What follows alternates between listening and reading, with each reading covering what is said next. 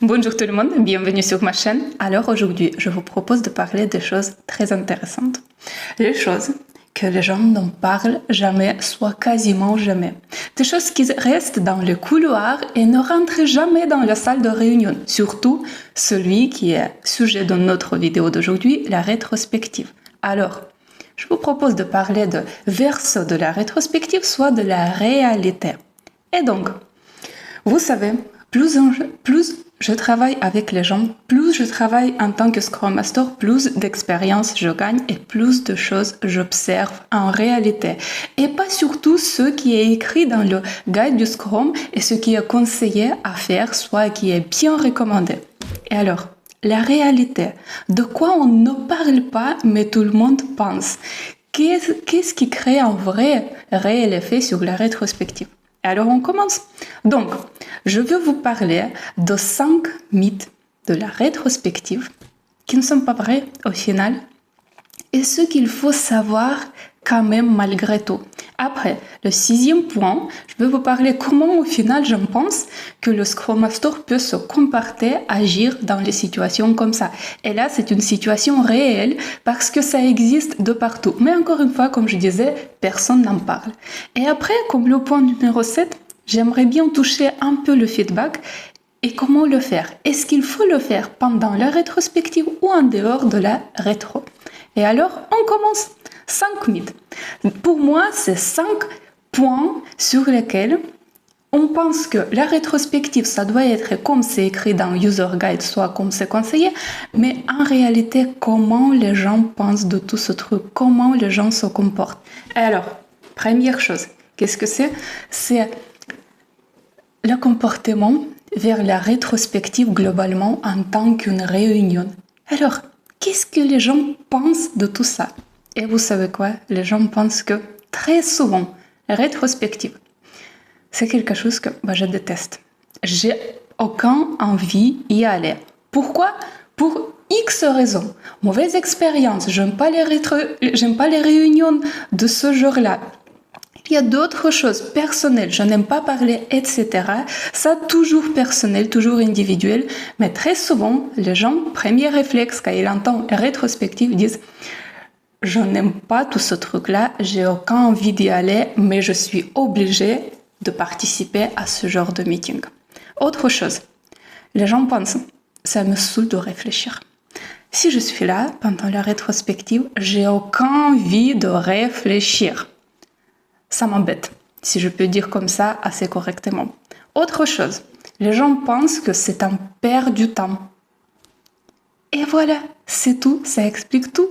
Ça montre leur envie de participer, soit de ne pas participer, etc. Donc voilà, ça ce sont des vraies pensées des gens que personne n'ose dire jamais. Soit des fois les gens disent, mais c'est très rare. Donc voilà, le premier mythe de la rétrospective que les gens ont vu penser que les gens comptent ça comme quelque chose d'utile, mais en réalité, voilà ce qu'ils pensent dans leur tête, soit de quoi ils parlent dans le couloir. Le mythe numéro 2, c'est le premier point de la rétrospective, c'est quand il faut donner des choses positives, des bons points du sprint, soit des activités qui sont passées. Et là, qu'est-ce que la plupart des gens pensent dans leur tête? Et comment il agit quand il faut donner ces points-là? C'est que je trouve les exemples. Je trouve que c'est banal de répéter la même chose, comme de bon esprit d'équipe, de la collaboration, de bonne communication, etc. J'en ai marre de répéter chaque fois la même chose. Ça me donne pas envie. Deuxième chose, ce qui tourne dans leur tête, c'est que on ne fait pas de compliments. Je n'ai pas cette habitude de faire des compliments. Et ça peut être relatif à la culture dans laquelle on est. Est-ce que dans cette culture, c'est courant que les gens font des compliments et montrent des points positifs ou c'est plutôt caché? On y pense, mais non, ça nous gêne de le dire, ça nous gêne de les annoncer. Et là, c'est très courant que quand les gens ne disent rien, c'est juste ils pensent, mais ils n'ont pas envie, ils n'ont pas d'habitude, ils n'ont pas de cette culture de s'exprimer des points positifs. Et voilà, c'est pour ça qu'on n'en tient pas beaucoup et ce qu'ils pensent. Autre point, les gens peuvent se dire « j'en ai marre de dire, de répéter les mêmes choses. J'en ai marre de répéter de sprint en sprint les mêmes choses positives parce que je ne vois pas d'autre chose. On travaille déjà bien et je ne fais pas le feu. J'arrive pas à remarquer des autres choses qui sont différentes d'un sprint à l'autre. Vous savez pourquoi? Tout simplement parce que leur focus d'attention se trouve sur un petit truc, son travail. Leur focus d'attention, il n'est pas placé globalement sur l'activité de l'équipe. Ils ne font pas se sortir du cadre de leur travail, de leur activité quotidienne pour voir l'activité globale de l'équipe, analyser, réfléchir et après sortir des points positifs qui sont plus globaux que ce qu'ils font de jour à jour. Et donc voilà, c'est pour ça qu'ils ne trouvent pas de choses à dire. Ils disent, moi j'en ai marre de répéter la même chose. Et la même chose pour eux, c'est juste ce sur quoi leur focus attention est bien placé.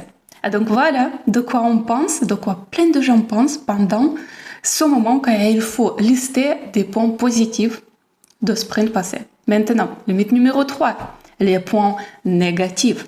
Qu'est-ce qui tourne dans la tête des gens quand il faut préciser des points d'amélioration, des points négatifs, ce qui s'est passé pendant le sprint précédent? Et alors, j'ai tout noté sur le fichier, donc ne soyez pas étonnés quand je regarde un peu dans mes notes. Et alors, concernant les points d'amélioration, qu'est-ce qui tourne ici quand il faut le préciser?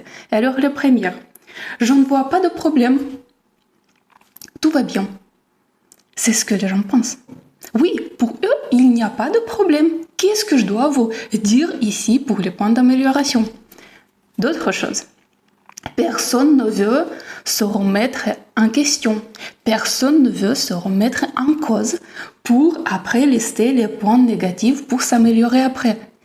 Pourquoi? Tout simplement, est-ce que c'est agréable de se remettre en cause? Est-ce que c'est agréable d'admettre que j'ai fait quelque chose mal, soit globalement l'équipe n'a pas réussi quelque chose? Non, ça fait pas plaisir. Et c'est pour ça on n'a pas envie de le lister pendant la rétrospective. Autre chose, je ne veux pas réfléchir, je ne veux pas me rappeler qu'est-ce qui s'est passé. Ça me fatigue.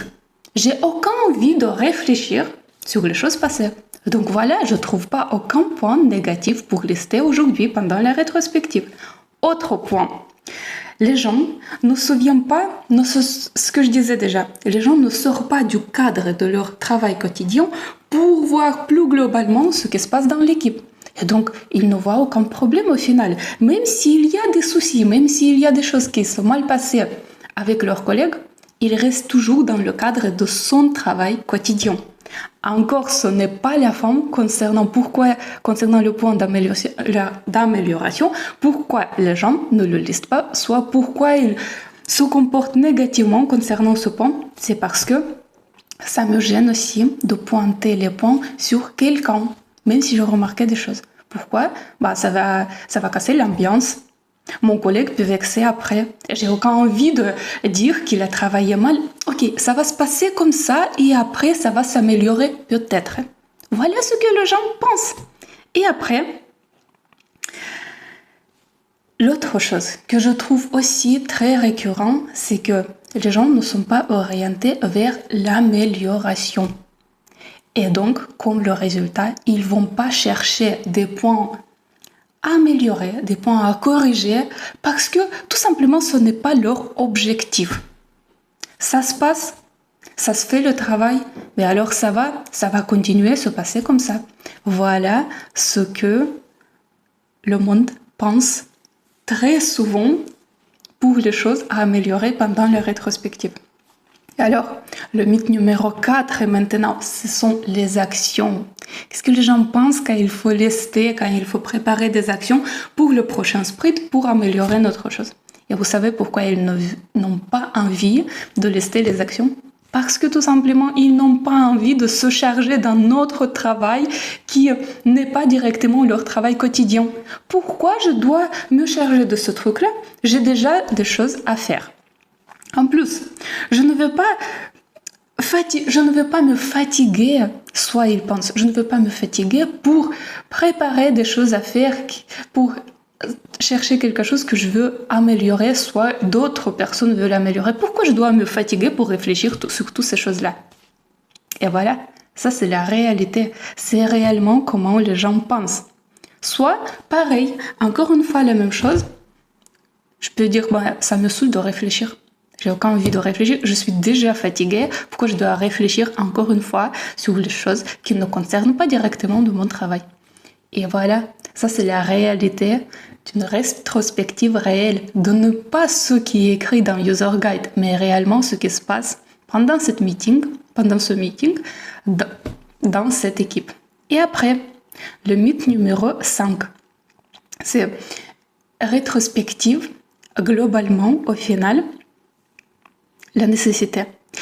Et en plus, là, ok, je me suis trompée, ce n'est pas le mythe. Ça, c'est le point vraiment réel. Globalement, la rétrospective, elle est nécessaire.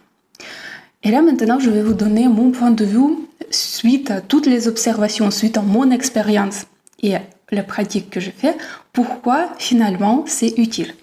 Tout simplement, premièrement, pour que les gens puissent se décharger de leur truc quotidien, ce qu'ils ne pouvaient pas parler pendant tout le sprint, et là, c'est leur moment de parler. C'est vraiment ce décharge psychologique qui vont leur aider de soulager, de se sentir mieux. Donc voilà. Déjà, ça, c'est le point positif et vraiment réel de la rétrospective, même si les gens ne pensent pas, mais ils vont ressentir cet effet, ils le ressentent quand même si personne ne le dit. Ensuite, d'autres choses, c'est l'environnement d'équipe.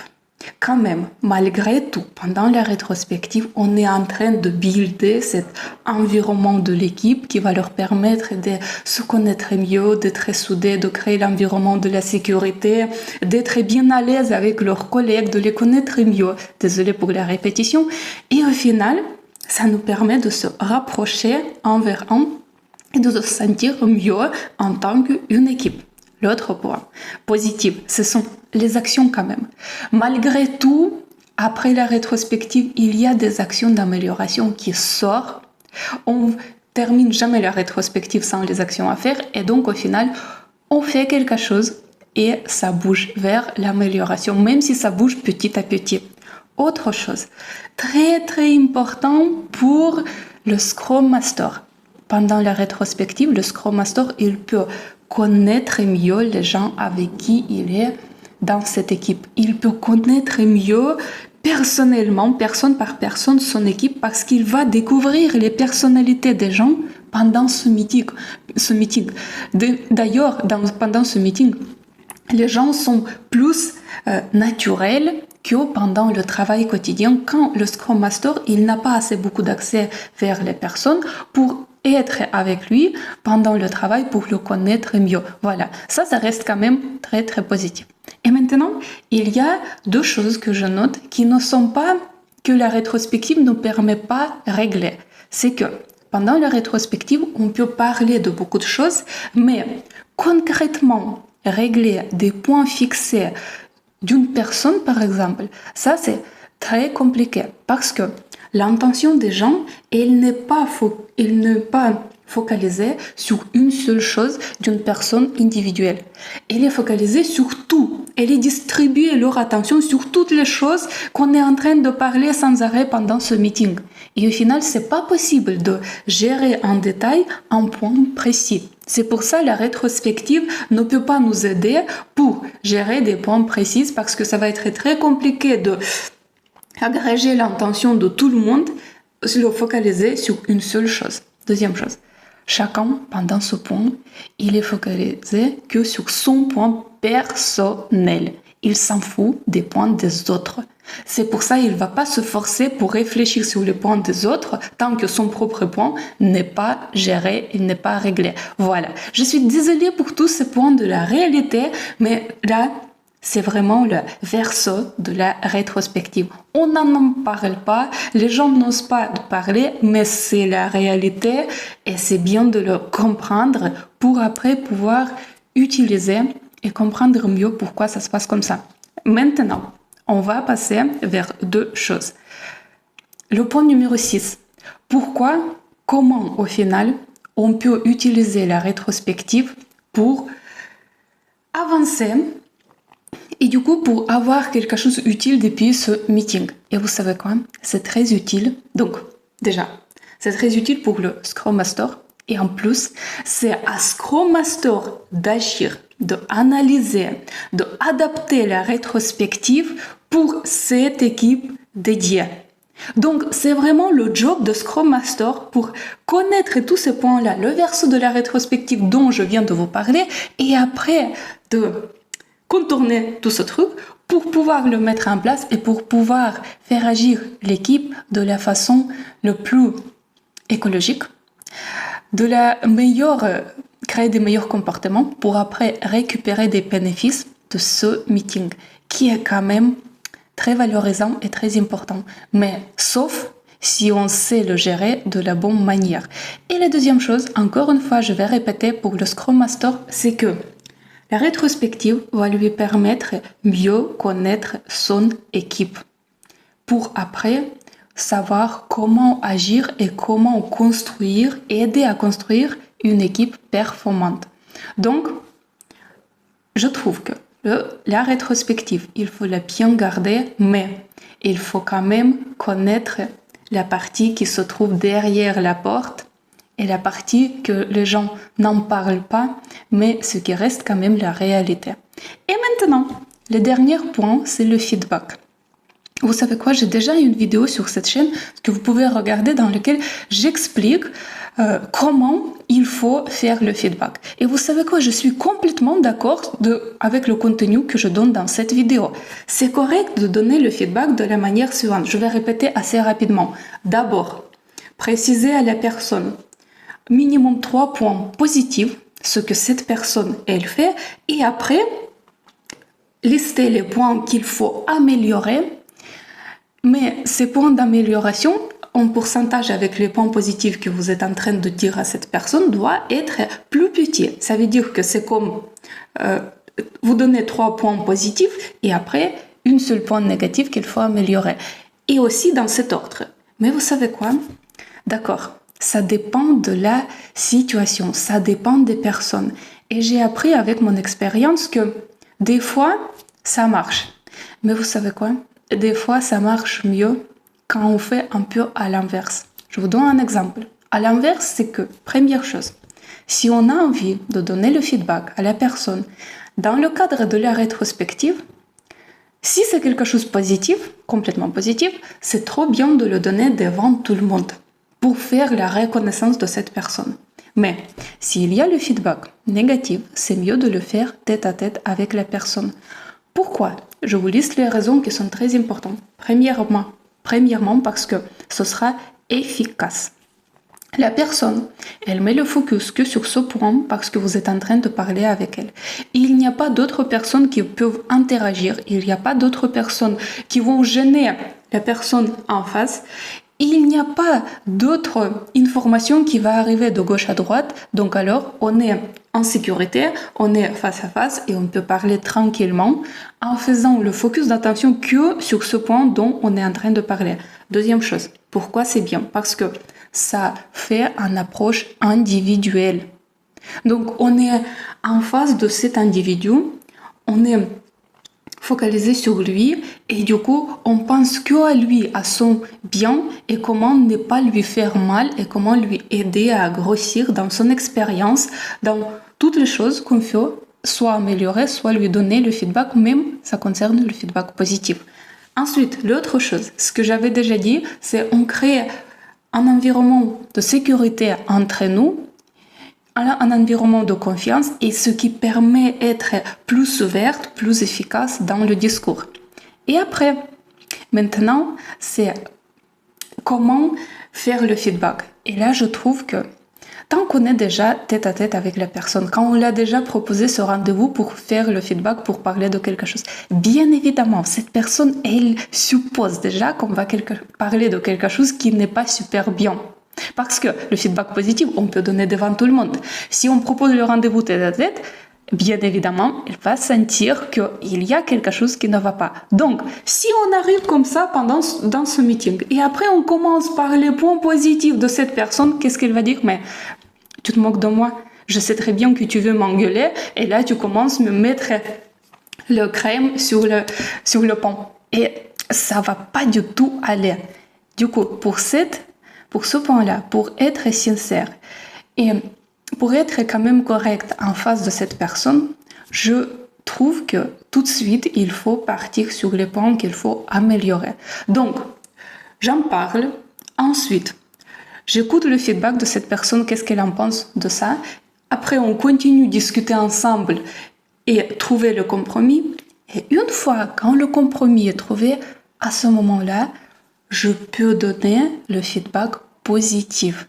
Ça veut dire que préciser les points positifs, il y en a toujours des points positifs. Mais la différence, c'est que si je les précise à la fin, quand on a déjà tout géré, tout réglé concernant les points d'amélioration, soit des points négatifs qui étaient au début, la personne, elle peut être rassurée que je le respecte, je m'inquiète et je suis attentive à son état émotionnel et personnel, que je remarque quand même et je note ses côtés, ses forts côtés, ses qualités, ses points positifs, et je ne fais pas, comment dire, je trouve pas une expression pour vous expliquer, mais je ne suis pas... Bon, bref, quand je dis ça à la fin, c'est parce que c'est vrai et je suis sincère avec lui. Je ne veux pas cacher derrière les points positifs après les améliorations. Je fais ça à l'inverse pour montrer que